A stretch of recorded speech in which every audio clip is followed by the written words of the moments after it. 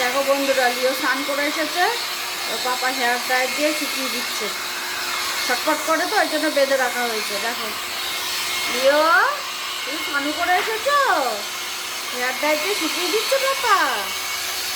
বুঝছো, পাপা শুকিয়ে দিচ্ছে। দেখো পাপা শুকিয়ে দিচ্ছে তোমাকে, লিওকে শুকিয়ে দিচ্ছে পাপা। চুপ করে বসে আছে, দেখেছো আমাদের লিও কত ভালো ছেলে, সুন্দর করে স্নান করে, বাথরুমে চলে যায় স্নান করতে। কি ভালো ছেলে আমাদের এটা, একটা সোনা বাচ্চা। দেখেছো বাচ্চাটা কিভাবে কাজু করছে। বাবা, বাবা রে, তো গা শুকিয়ে দিচ্ছে পাপা।